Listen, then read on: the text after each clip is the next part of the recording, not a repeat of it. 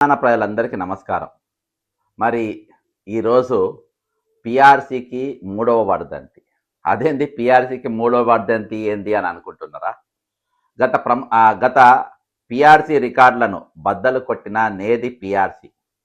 యాక్చువల్గా ఇది జూలై 1వ తారీఖు నిన్న చేయాల్సిన వీడియో. నిన్న నేను లేను కాబట్టి అది ఈరోజు చేస్తున్నా. అయితే జూలై 1, 2026లో పిఆర్సీ అమలుకు ముచ్చటగా 3 సంవత్సరాల ముగిసి ఈరోజు 4వ సంవత్సరంలోకి మనం అడుగుపెట్టినాం. అంటే ఇవాళకెళ్ళి 4వ సంవత్సరంలోకి మనం అడుగుపెట్టినాం. శుభ సందర్భంగా గత పిఆర్సీల చరిత్రలో ఎన్నడూ లేని విధంగా కనీస పిఆర్సీ రిపోర్టు నివేదికను కూడా చూడకుండా నాలుగవ వసంతంలోకి మనం అడుగుపెట్టినాం. గత అన్ని రికార్డులను ఈరోజు మరి రేవంత్ రెడ్డి గారు బద్దలు కొట్టిండు. 6 నెలల్లో అమలు చేస్తామన్న పిఆర్సీ 36 నెలలు వరకు కూడా అమలుకు నోచుకోలేదంటే, కనీసం నివేదిక కూడా జాడా పత్తా లేకుండా ఉందంటే ఇది ఖచ్చితంగా ఒక పెద్ద రికార్డు. ఈ రికార్డు నెలకొల్పడంలో ప్రభుత్వంతో పాటు ఉపాధ్యాయ సంఘాలు, ఉద్యోగ సంఘాలు, టీఎన్జిఓలు, టీజీఓలు, 207 సంఘాలు, ఉద్యోగుల జేఏసీలు పరోక్ష పాత్ర కూడా పోషించింది. చూడాలి ఇంకా ఈ పిఆర్సీ ఇంకా ఎన్ని రికార్డులు బద్దలు కొడుతుందో అనేది ఈరోజు చాలా పెద్ద ఎత్తున చర్చ జరుగుతుంది. ఈ వర్ధంతి అనేది మనం రెగ్యులర్గా చేసుకోవాలి. జాబ్ క్యాలెండర్కు వర్ధంతి చేసిన, దీనికి వర్ధంతి చేసిన, డిఏలకు వర్ధంతి చేస్తా, ఇక అన్నీ చేస్తా. ఈరోజు ఉపాధ్యాయ ఉద్యోగ సంఘాల నాయకులు, జేఏసీ నాయకులు, టీజీఓ నాయకులు, టీఎన్జిఓ నాయకులు, జేఏసీ నాయకులు అనగా 207 నా సంఘ నాయకుల అసమర్థత, అనైక్యత, స్వార్థం, స్వంత పనులు, పైరవీలు చేసుకోవడం, ఈరోజు అమ్ముడుపోవడం, డూడు బసవన్న లెక్క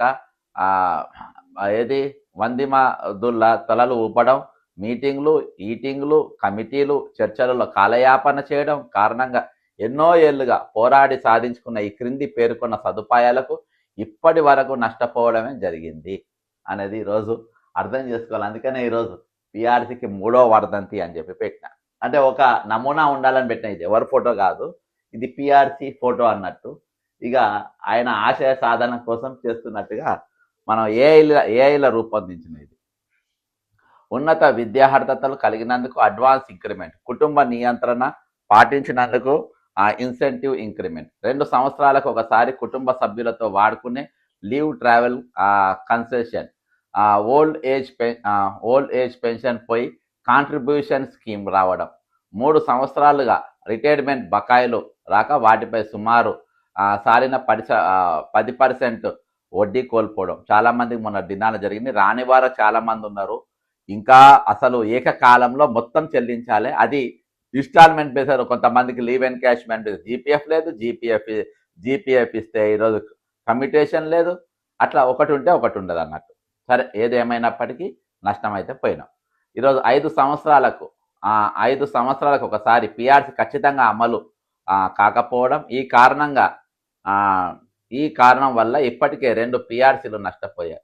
తెలంగాణ వచ్చిన తర్వాత 2వ పిఆర్సీ నివేదిక రెడీ ఉందని కమిటీ వారు ఎప్పుడో చెప్పినా కూడా ఇంకా నివేదిక తెప్పించుకుంటాము, చర్చిస్తాము అంటూ 3 ఏళ్లుగా కాలయాపన చేస్తుండ్రు. దానికోసమే ఈరోజు పిఆర్సీకి 3వ వర్ధంతి 4వ వసంతంలోకి మనము ప్రవేశిద్దాం. ఫలితంగా 3 సంవత్సరాల ఎరియర్స్ కోల్పోవడం, ఎప్పటి డిఏ అప్పుడు డిమాండ్ చేసి సాధించుకోకపోవడం వల్ల 5 డిఏల ఎరియర్స్ పెండింగ్లో ఉన్నాయి. వాటి ఎరియర్స్ ఇస్తారో ఇవ్వరో తెలియని సందిగ్ధం. ఈ విధంగా ఎరియర్స్ పై వడ్డీని కోల్పోయాము. కొన్ని సంవత్సరాలుగా వివిధ రకాల బిల్లుల అనగా జీతం మినహా ఇతర బిల్లులు పెండింగ్లో ఉన్నా పట్టించుకోకపోవడం, రిటైర్డ్ అయిన రోజే చెల్లించాల్సిన బకాయిలు 3 సంవత్సరాలైనా రాక ఆర్థిక ఇబ్బందులతో సతమతమవుతూ అనారోగ్యంతో 63 సంవత్సరాల వృద్ధాప్యంలో తీవ్ర మానసిక ఒత్తిడితో లోనై ఆందోళనకు గురై సకాలంలో రాక సరి అయిన వైద్యం చేయించుకోలేక ఇప్పటికే 99 మందికి పైగా మరణించారు. వారి కుటుంబాలకు నాయకులుగా చెప్పబడుతున్న వీరు ఒక్కనాడు కూడా పరామర్శించిన పాపాన పోలేదు. వాళ్ళ కుటుంబాలను నేను వెళ్ళి కలిసినా మాట్లాడడం జరిగింది. నిన్న కూడా చాలా మందితో మాట్లాడడం జరిగింది. వారి బకాయిలు ఏకమొత్తంలో హైకోర్టు ఉత్తర్వుల మీద సారిన 10% వడ్డీతో సహా ఇప్పిస్తాం. 3 సంవత్సరాల ఆలస్యమైన కారణంగా ఆర్థిక ఇబ్బందులతో మరణించారు. కావున అదనంగా ఎక్స్‌గ్రేషియా ఇస్తామని ధైర్యం చెప్పాల్సిన నైతిక బాధ్యత వీరికి ఏమాత్రం లేదు. ఇలా చెప్పుకుంటూ పోతే ఎన్నో ఎన్నెన్నో 14 చివరిగా నాయకులుగా చెప్పుకుంటున్న వీరికి ఎట్లాంటి ఎన్నికలు లేవు. చట్టబద్ధత లేదు. వీరికి ఎవరికి ఓటేయలే, వీళ్ళకి చేయలే. అలా పోలీస్ అసోసియేషన్ కూడా ఉన్నది. ఎందుకంటే వాళ్ళ పేరు ప్రత్యేకంగా ఇలా తీస్తలేం కాబట్టి మేము బుద్ధిమంతులం అనుకుంటున్నారు. వాళ్ళు ఇంకా వేస్ట్ గాను. పోలీస్ అసోసియేషన్ ఉన్నంత వేస్ట్ గాను ఇక ఇంకెవ్వరు లేరు. వారికి చట్టబద్ధత లేదు, వారికి ఎవరికి ఓటేయలేదు. ఎందుకంటే రాష్ట్ర వ్యాప్తంగా ప్రజాస్వామ్య పద్ధతిలో ఉపాధ్యాయ ఉద్యోగుల సభ్యత్వ పునరుద్ధరణ మరియు నూతన సభ్యత్వ సేకరణ, ఓటు హక్కు వినియోగం లాంటి కార్యక్రమాలు చేపట్టకుండా, కొత్త వారికి పోటీ చేసే అవకాశాలు ఇవ్వకుండా, నోటిఫికేషన్ జారీ చేయకుండా, విస్తృత ప్రచారం కల్పించకుండా, రహస్యంగా వారికి వారే 5 నక్షత్రాల హోటల్లో మీటింగ్లు ఈటింగ్లు పెట్టుకొని వంతుల వారీగా పోస్టులు పంచుకుంటున్నారు. ఆ కారణంగా ఉపాధ్యాయ ఉద్యోగం ఎన్నో సదుపాయాలు కోల్పోయి నష్టపోతున్నారు. చివరిగా ఒకవైపున మన రాష్ట్రంలోనే పనిచేస్తున్న విద్యుత్ ఉద్యోగులకు 4 సంవత్సరాలకు ఒకసారి ఖచ్చితంగా పిఆర్సీ అమలవుతున్న జనవరి 2026 డిఏను ఆర్థిక శాఖ మంత్రి మంజూరు చేసి కూడా వీరిలో ఏమాత్రం పట్టుదల పౌరుషం లేదు. మరోవైపున ఆర్టీసీ కార్మికులు కేవలం 3 రోజుల్లో ఈరోజు శంకర్ గౌడ్ అన్న ఏదైతే ఆత్మ బలిదానం చేసుకున్నాడో, ఆత్మ బలిదానం తర్వాత ఆ రోజు నేను అపోలో హాస్పిటల్ దగ్గరికి వెళ్ళి ఏవైతే ఆ రోజు ఒకవేళ శంకర్ గౌడ్ గారికి ఏమన్నా హాని జరిగితే నేను ఈ రాష్ట్రాన్ని అగ్నిగుండం చేస్తా అన్న ఎమ్మెల్సీ తీర్మానం మల్లయ్య గారు కనవాడనే లేదు. ఆ రోజు ఎప్పుడైతే ఇక అపోలో హాస్పిటల్ దగ్గర కనవాడలేదు, ఇక ఆయన పత్తా జాడ లేకుండా పోయాడు. ఇక ఆ టైంలో నేను అపోలో హాస్పిటల్ దగ్గర పోయి అక్కడ పున్నం ప్రభాకర్ ఉంటే ఆయన నిలదీసి మాట్లాడిన తర్వాత తెల్లారి ఇమీడియట్గా చర్చ జరిగింది. లేకుంటే ఆయన మరణం అనేది పెద్ద చర్చకు లేకుండా చేయాలని ఆర్టీసీ యూనియన్లను కూడా మెయింటైన్ చేసిన ఈ మునగాన్లు మెయింటైన్ చేసి అక్కడ అశ్వత్థామరెడ్డి ఉంటాడు, ఎవరు మాట్లాడు, ఇంకా పెద్ద పెద్దలు వాళ్ళ పేర్లు ఎక్కువ తెలియదు కనుక చాలా మంది ఉంటారు, ఎవరు మాట్లాడు మొత్తం పోలీస్ పహార మధ్యలో ఏ రైజైనా గొంతెత్తినో ఆ రోజు తెల్లారి చాలా భయంకరంగా వైరల్ అయిపోయి ఇమీడియట్గా పొన్నం ప్రభాకర్ గారు వారితోని చర్చలు జరపడం జరిగింది. అయినా కానీ ఇయాటి వరకు మరి ఆర్టీసీ ఏదైతే ప్రభుత్వంలో విలీనం చేస్తామన్నారో ఇయాటికి అది నోచుకోలేదు. మరో ఉద్యమం అయితే తప్పదు. విద్యుత్ ఉద్యోగులు మరియు ఆర్టీసీ కార్మికులతో ఉన్న ఐక్యత బలం 207 సంఘాల నాయకులలో ఏమాత్రం లేకపోవడం శోచనీయం. నాయకులమని చెప్పబడుతూ ఓడి అంటే అదర్ డ్యూటీ సౌకర్యం పొందుట అంటే పుణ్యానికి జీతాలు తీసుకుంటారు. పెద్ద అద్దరు బట్టలు వేసుకోవాలి, పెద్ద పెద్ద కాళ్ళలో తిరగాలి, ఆఫీసుల దగ్గర కూర్చోవాలి, మంతకాన్ని కొట్టాలి, సాయంత్రం కాగానే ఈటింగ్లు సిట్టింగ్లతో కాలయాపన చేయాలి, మళ్ళీ పుక్కట్ల జీతాలు తీసుకోవాలి.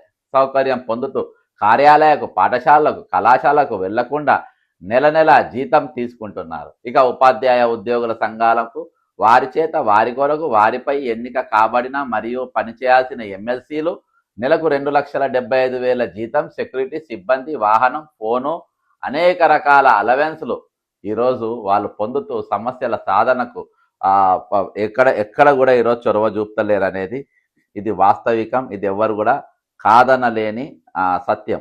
కానీ ఈరోజు మనం మాత్రం ఇది 3వ వర్ధంతిగా అంటే ఇప్పటి వరకు వీళ్ళు ఏం చేయకుండా వీళ్ళు కేవలం దీనికే పరిమితం అయిపోయి కేవలం వాళ్ళు ఏది పెత్తనానికి పరిమితమై అంతకు మించిగా ఏం చేయకుండా దీన్ని మన ఏది పదవులను ఎంజాయ్ చేసే పరిస్థితి.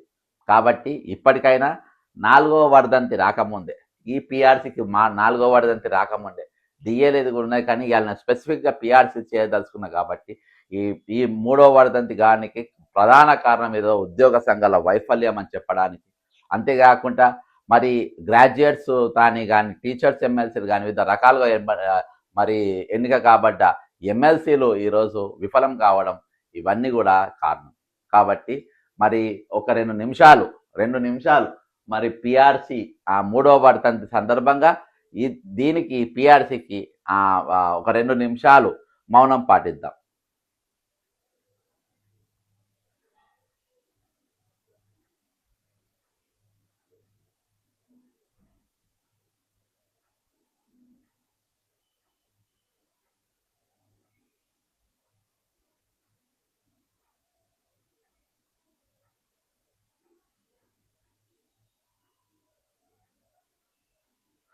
అమర్ హై మూడవ వర్ధంతి సందర్భంగా పిఆర్సీకి అమర్ హై.